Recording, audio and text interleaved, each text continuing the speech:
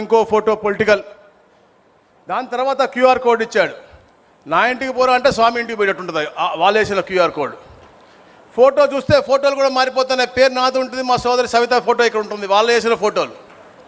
Phone నంబర్లు అన్నీ 9999 ఉంటాయి. అంటే ఏమన్నా ఇబ్బంది ఉంటే ఈ రోజున మేము చేసిన ప్రతి ఒక్క రీసర్వే కూడా వాళ్ళకి ఫోన్కి మేము మెసేజ్ ఇస్తూ ఉన్నాం. ఏమైనా మార్పులు చేస్తూ ఉంటే కూడా వాళ్ళకి ల్యాండ్ లాకింగ్ సిస్టమ్ ఇచ్చాం కాబట్టి ఏమైనా వాళ్ళ భూమి మార్పులు జరిగినా కూడా అవి వాళ్ళకి తెలిసే విధంగా వాళ్ళకి మేము మెసేజ్ ఇస్తా ఉన్నాం. అలాంటి ఏమి ఇవ్వకుండా ఫోన్ నెంబరు లేదు, ఆధార్ నెంబర్ కూడా లేదు, అలాంటి పరిస్థితి మనం చూస్తూ ఉన్నాం. కానీ ఈరోజు చూడండి, రాజముద్ర, ప్రతి ఒక్క రైతుకి ఆత్మగౌరవం వచ్చే విధంగా రాజముద్రతో, అలాగే ఏదైతే విండోర్ వర్టికల్ సెక్యూరిటీ థ్రెడ్ అవ్వచ్చు, అలాగే మనకి ఒక పాయింట్తో నంబర్, అలాగే మిత్రులారా లోపల ఉన్నటువంటి నావిగేషన్ సిస్టమ్ కూడా వాడి ఎక్కడికి నొక్కితే అక్కడికి భూమి క్యూఆర్ కోడ్ పర్ఫెక్ట్గా వెళ్ళే విధంగా. కాకపోతే యాక్చువల్గా ల్యాండ్ నా సైజులో ఫోటో రావాల్సింది, అక్కడ ఫోటో మాత్రం ఆ పల్లాసినంత సన్నగా ఉంటుంది వాళ్ళు చేసినప్పుడు వాళ్ళ ఫోటోల్లో.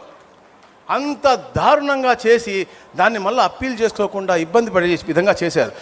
మనం మాత్రం వచ్చిన తర్వాత ప్రతి ఒక్క రైతుకి వాళ్ళకి ఎండార్స్మెంట్ తీసుకుని వారికి ఈకేవైసీ చేసుకున్న తర్వాతే మా అధికారులందరూ కూడా 3 శాఖల నుంచి సర్వేర్ అవ్వచ్చు, విఆర్ఓ అవ్వచ్చు, అలాగే మండల డెవలప్మెంట్ ఆఫీసర్ 3 కూడా అక్కడ ఉండి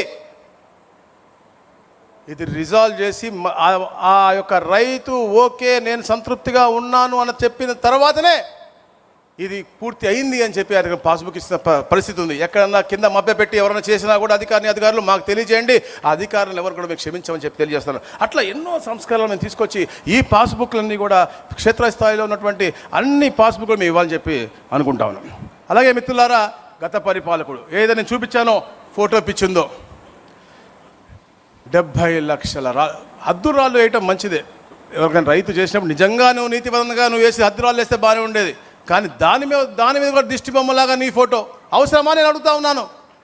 మన కష్టపడి సంపాదించిన ఆస్తి చుట్టూతా అంటే రేపు పొద్దున్న అంటే అతను వాళ్ళ నాన్న సంపాదించిన ఆస్తి చెల్లికి ఇవ్వమంటేనే ఇవ్వలేనటువంటి వ్యక్తి ఈరోజు మన పాస్బుక్ల మీద అతని ఫోటో వేసుకుని మన బౌండరీల మీద అతని ఫోటో పెట్టుకుంటే మన ఆస్తి రేపు పొద్దున అతను లాక్కోవడా అనే భయం పబ్లిక్ వచ్చింది కాబట్టి 11 సీట్లకు ఇచ్చారు. రేపు పొద్దున 11 గ్యారంటీగా అవుతుందని చెప్పేసి నేను తెలియజేస్తా ఉన్నాను. అలాగే గౌరవ ముఖ్యమంత్రి గారు టార్గెట్గా చెప్పారు, ఎట్టి పరిస్థితుల్లో ఎక్కడ కూడా రెవెన్యూ సమస్య ఉండకూడదని. మేము వచ్చినప్పుడు రోజు చూస్తూ ఉండే 7.5 లక్షలు మాకు దాదాపుగా మా రెవెన్యూ సదస్సు అవ్వచ్చు, గ్రామ సభలు వచ్చు, మాకు అర్జీలు వచ్చాయి. మాకు భయం వేసింది. దాని తర్వాత గౌరవ ముఖ్యమంత్రి గారు ఎప్పటికప్పుడు రెవెన్యూ మీద రివ్యూ చేసుకోవటం, ప్రతి 9వ తారీఖున వారే స్వయం క్షేత్ర స్థాయిలో వచ్చి రెవెన్యూ డేగా ఉండి వారే పాస్బుక్లు ఇస్తూ అక్కడ ఏమైనా సమస్య ఉంటే ఆ గ్రామంలో అవన్నీ అక్కడే, ఎందుకంటే ఒక ఎగ్జార్బెంట్గా గౌరవ ముఖ్యమంత్రి గారు ఎక్కడైతే పేదవాళ్ళు ఉన్నారో వాళ్ళు మంచి చేయాలి, ఎట్టి పరిస్థితుల్లో చిన్న సమస్యలు ఉంటే పరిష్కరించండి అని చెప్పి అవన్నీ సాల్వ్ చేస్తారు.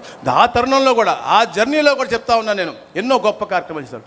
తండ్రికి తగ్గ తనయుడుగా లోకేష్ గారు మంగళగిరిని ముందుగా అనుకుని దాని తర్వాత రాష్ట్రమంతగా ఉపయోగపడే విధంగా జియో నంబర్ 30 రూపకల్పన చేశారు. వారు విదేశాల్లో మనకు పెట్టుబడి తేటానికి తిరుగుతూ కూడా అక్కడి నుంచి కూడా మెసేజ్ చేస్తూ ఈ మార్పు చేయండి అని చెప్పి మార్పులు తీసుకొచ్చి ప్రజాహితం కోరి అద్భుతమైన జియో నంబర్ 30 తీసుకొచ్చారు. తద్వారా మన రాష్ట్రంలో విశాఖపట్నం అవ్వచ్చు, విజయవాడలో అవ్వచ్చు, చాలా ప్రాంతాల్లో రెగ్యులేషన్ అవుతూ ఉంది. అలాగే నెల్లూరులో మనం చూసాం, పెన్నా నది పరివాహక ప్రాంతం పక్కన ఏదైతే మనం వాల్ కట్టిన తర్వాత ఏదైతే రెగ్యులైజ్ చేయమని ఎప్పటి నుంచో వాళ్ళు మాట్లాడుతూ ఉన్నారో అది క్యాబినెట్ తీసుకొచ్చి చేశాం. మరి ముఖ్యంగా శెట్టిపల్లి అని ఎప్పటి నుంచో ఉన్నాయి. ఇలాంటి ఇనామ్ ఎస్టేట్ విలేజ్ అయితే అన్సెటిల్డ్ విలేజ్ ఉన్నాయి, అన్నీ కూడా తప్పకుండా ఏదో ఒక సిస్టంలో ల్యాండ్ పూలింగ్ సిస్టంలోనో ఏదో ఒక చేయమని చెప్పేసి అంటే పాజిటివ్ యాటిట్యూడ్ తీసుకోవాలి, ఒక మంచి వాతావరణం తీసుకోవాలని చెప్పే లక్ష్యంతో గౌరవ ముఖ్యమంత్రిగా చెప్తే శెట్టిపల్లి మీద 2018లో జియో ఇస్తే అప్పుడు ప్రయత్నం చేస్తే ఇప్పుడు దాకా అవ్వలేదు. కానీ ఈ ప్రభుత్వం వచ్చిన తర్వాత 14 మీటింగులు పెట్టుకుని అందరినీ కూడా ఒప్పించి వాళ్ళందరూ కూడా ల్యాండ్ పూలింగ్ సిస్టమ్గా విన్ సిచ్యువేషన్లో వాళ్ళకి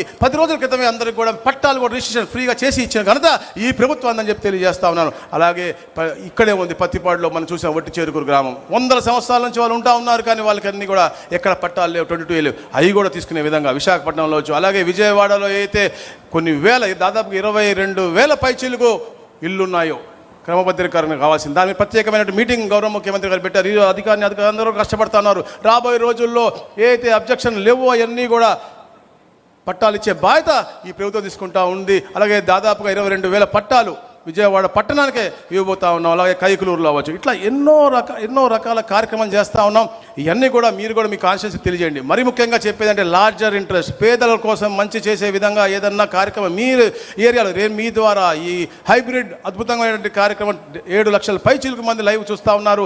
నేను మీ అందరినీ కూడా ఒకటే కొనుక్కుంటా, నాయకులు ముఖ్యంగా మీ ప్రాంతంలో కూడా ఇలాంటిదేనా అంటే వ్యక్తిగత సమస్యలు చెప్పకండి. ఎందుకంటే ఈ రెవెన్యూలో కూడా ఎన్నో సమస్యలు వ్యక్తిగతంగా మాకు వచ్చి ఇస్తూ ఉంటారు. అవి కాకుండా ప్రజాహితం అయ్యి ఏదన్నా పెద్ద ఎక్స్టెంట్లో ఉండి గవర్నమెంట్ డెసిషన్ తీసుకోవాలి, పేదలకు మంచి జరుగుతుందంటే తప్పకుండా చాలా పెద్ద హృదయంతో గౌరవ ముఖ్యమంత్రి గారు సెటిల్ చేద్దాము అని చెప్పే మంచి ఆలోచనలో ఉన్నారు. కాబట్టి ప్రజాహితము కోరి మంచి ఈ కార్యక్రమంలో పాలు పంచుకుని మా దృష్టికి తీసుకురావాల్సిందిగా కోరుకుంటూ, ఇంకా చాలా సమస్యలు ఉన్నాయి కానీ అక్కడి నుంచి మా అన్న అసలు ఒప్పుకునేటట్లేడు. అందుకని ప్రత్యేకంగా మళ్ళీ ఏదైనా విషయం ఉంటే మాకు తెలియజేసి కోరుకుంటున్నాను. అదైతే అయిపోయింది సార్, టైం అయిపోయింది. జై తెలుగుదేశం. రెవెన్యూ అనే సబ్జెక్టు మనం ఎంత చర్చించాలి